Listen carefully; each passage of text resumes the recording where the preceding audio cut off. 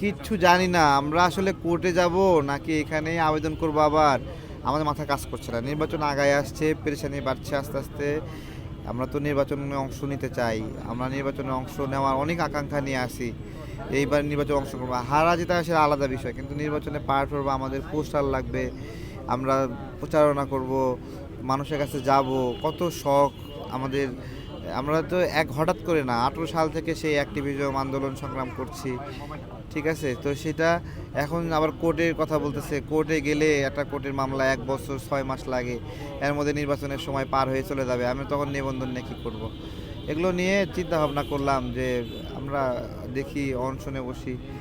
অনশনে বসলে তাদের হয়তোবা একটু চোখের পর্দা খুলতে পারে, তারা একটু দেখতে পারে। আপনারা দেখাচ্ছেন, তাদের দৃষ্টি আকর্ষণ করছি। আপনারা মানবিক দৃষ্টিতে আমাদেরকে দেখেন। জামাতকে নিয়ে আজকে বলতে চাই না না, আসলে। জামাতকে নিয়ে অনেক কথা বলেছেন। এই কারণে কি আপনার নিবন্ধনটা না পাওয়ার শঙ্কা আছে কিনা? আমি বলবো না। আমি বলবো না এখন। এটা এইসব বিষয়ে বলতে চাই না। এখন আপনার আমরা একটা প্রত্যাশা দাবি নিয়ে আসছি, সবার সহযোগিতা চাই। সবার সহযোগিতা চাই। ঠিক